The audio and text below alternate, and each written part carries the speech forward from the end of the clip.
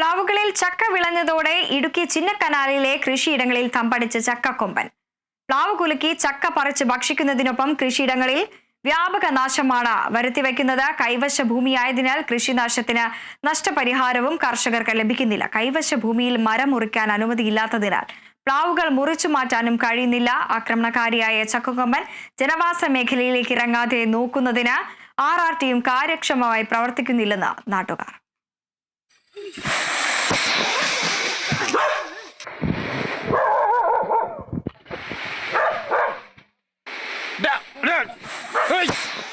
ചിന്നക്കനാലിലെ പ്ലാവുകളിൽ ചക്ക വിളഞ്ഞതോടെ ചക്കക്കൊമ്പന്റെ വിളയാട്ടമാണ് കൃഷിയിടങ്ങളിൽ.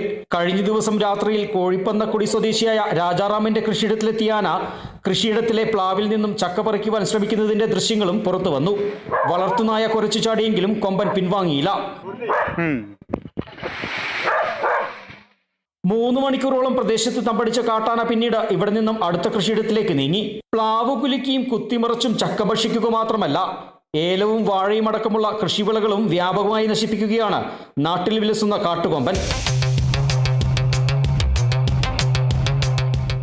താളിരുന്ന് കയറി വരുക, അവിടെ ചക്കയൊക്കെ കുലുക്കിയിട്ട് പിന്നെ അവസാനം ഒച്ചയിട്ട് ഓടിച്ച് അങ്ങനെ വിട്ടു. രാത്രി നേരത്തിൽ ഒരു 10 മണിയാകുമ്പോൾ കറണ്ട് ഊരിക്കളയുക. വെളുപ്പിന് ഒരു 3-4 മണിക്കാണ് കറണ്ട് പിന്നെ വരുന്നത്, ഇല്ലെങ്കിൽ 6 മണിക്ക് വരുന്നുള്ളൂ. അപ്പോൾ ഈ രാത്രി നേരത്തിൽ നമ്മൾ എന്ത് ചെയ്യാൻ പറ്റും? ഒരു ചെയ്യാനും പറ്റത്തില്ല. ഇതേ ഒരു ട്യൂബ് ലൈറ്റ് ഇട്ടേക്കുക, കണേശമ്പി കിടക്കുക. അതുപോലും നോക്കാനായിട്ട് പറഞ്ഞിട്ട് കംപ്ലൈൻറ്റ് കൊടുത്തിട്ട് നോക്കാനായിട്ട് ആളില്ല.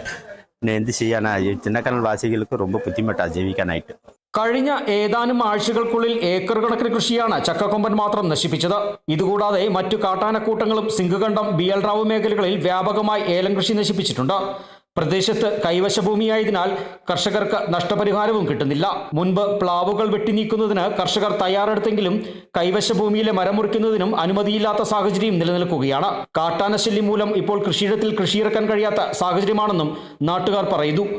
നിരവധി വീടുകളും ഏക്കർ കണക്കിന് കൃഷിയിടവും നശിപ്പിച്ച് നാട്ടുകാരുടെ ഉറക്കം കെടുത്തി രാത്രി പകൽ വ്യത്യാസമില്ലാതെ പടയപ്പ നാട്ടിൽ വിലസുമ്പോഴും കാട്ടാന പ്രതിരോധത്തിനായി പ്രത്യേകം നിയമിച്ചിരിക്കുന്ന RRT സംഘത്തിന്റെ പ്രവർത്തനവും കാര്യക്ഷമമല്ലെന്നും കർഷകർ ആരോപിക്കുന്നു.